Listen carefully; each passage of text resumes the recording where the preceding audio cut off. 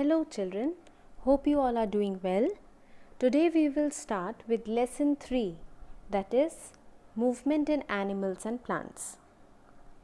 Now children, you all know the meaning of the word movement, but today we will study that how different living organisms they move, okay, and what are the different types of movements shown by different types of living organisms. So first of all, we should understand that what is movement. Okay. Now movement is one of the most important characteristics of living organisms.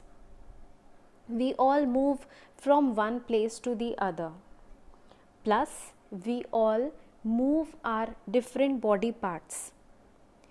For example, if I want to go from one room to the other, then my whole body will show movement.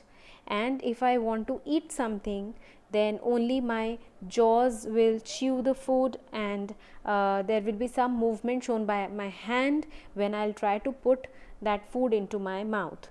Okay, so sometimes our whole body moves and sometimes parts of our body move. Now movement can be voluntary or it can be involuntary also. As I told you that if I want to eat food, then movement of the hand is a voluntary movement, and an example of involuntary movement can be the contraction and relaxation of our heart. Heart beats, okay, it contracts and expands so that the blood can be circulated in our body. So this is an involuntary movement. Similarly, in case of plants, the stomata, it opens and closes and it allows exchange of gases. So this is also an example of movement. In class 6, you studied about mimosa plant, that is your touch me not plant. It closes its leaves when touched. So this is also an example of movement. As I told you, movement is either shown by the whole body or a part of it.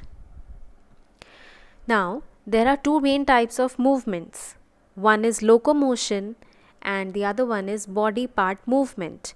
When the whole body moves, we call it locomotion.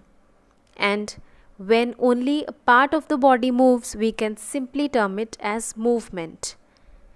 Now let us see some basic differences between movement and locomotion. Children, this table is there in your textbook. It is table 3.1 on page number 32. On the basis of three different parameters, we can understand that what is the basic difference between movement and locomotion. Meaning, movement means movement of body parts only, and locomotion means movement of an organism from one place to another. On the basis of organism, movement, it can be shown by both plants and animals. Locomotion, only animals have the ability to show locomotion, because plants, they remain fixed at one place. Now examples: beating of the heart, opening and closing of stomata, then closing of the leaves by the mimosa plant, they are examples of movement.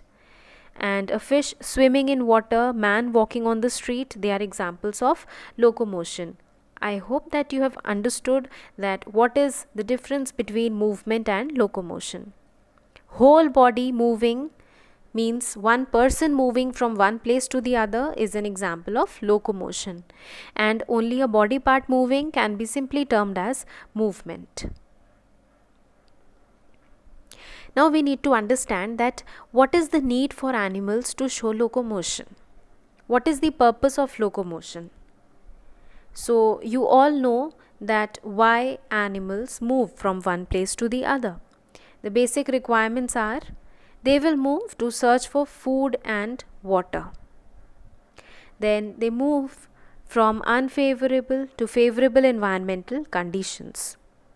You all have heard about different migratory animals, right?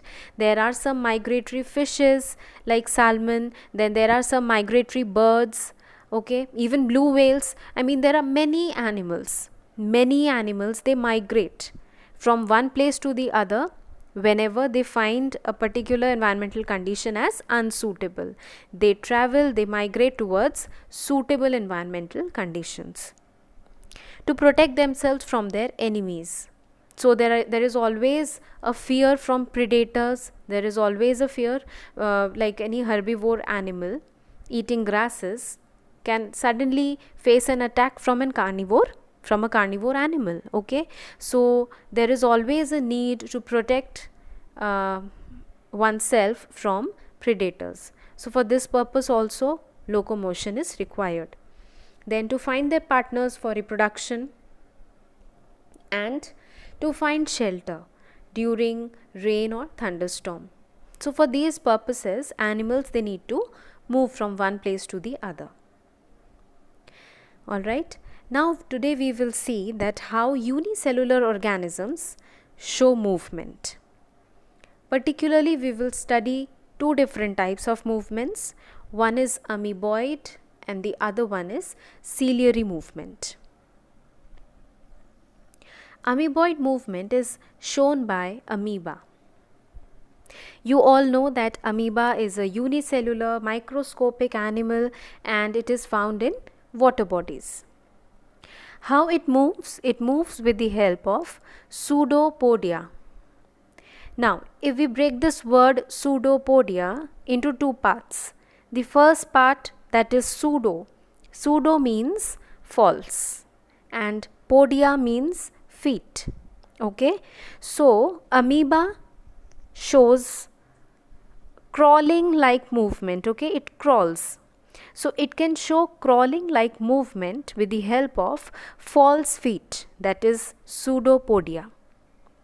It is not a permanent feet.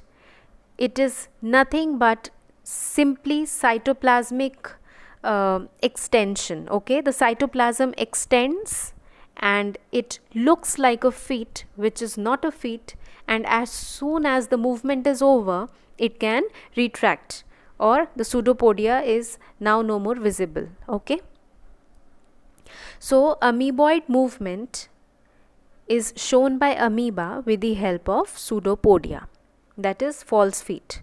What type of movement it is? In general terms, we can say that it is a crawling like movement.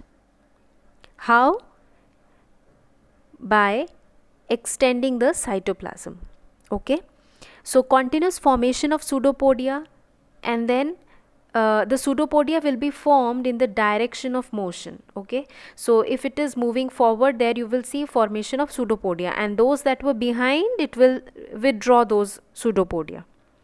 Alright, so here you see in the diagram, children, A, it is one amoeba and it wants to catch a prey. Okay, it wants to eat something, so it is moving towards the prey and pseudopodia can be seen. So with the help of two pseudopodia, it captures the prey, and as soon as its task is over, pseudopodia can now not be seen. Okay, so it just simply extends its cytoplasm, covers the prey, and then the pseudopodia is gone. And always these false feet or pseudopodia will be formed in the direction of movement. Alright. Next type of movement, that is ciliary movement, is easily observable in paramecium. Paramecium is also a unicellular animal and found in water bodies. Okay, so how they move? They move with the help of hair-like structures present all over its body called cilia. Now these cilia or hair-like structure, they move rhythmically. Okay, they will move together in rhythm, and they all move together, means they are very tightly packed. Okay, cilia are arranged very tightly all over the outside of the body of paramecium, and they will beat rhythmically, and it will with the help of those cilia, it will be able to show a sweeping movement. All right. So cilia moves back and forth. Okay. It can move back and forth, and in this way the animal can also show forward and backward movement. And this helps paramecium swim in water. The thing will become more clear if you see the diagram that is in your book on page number 33. You can see this unicellular paramecium, and its body is tightly covered all over outside by hair-like structure called cilia. And each and every cilia is pointing out at a particular direction together.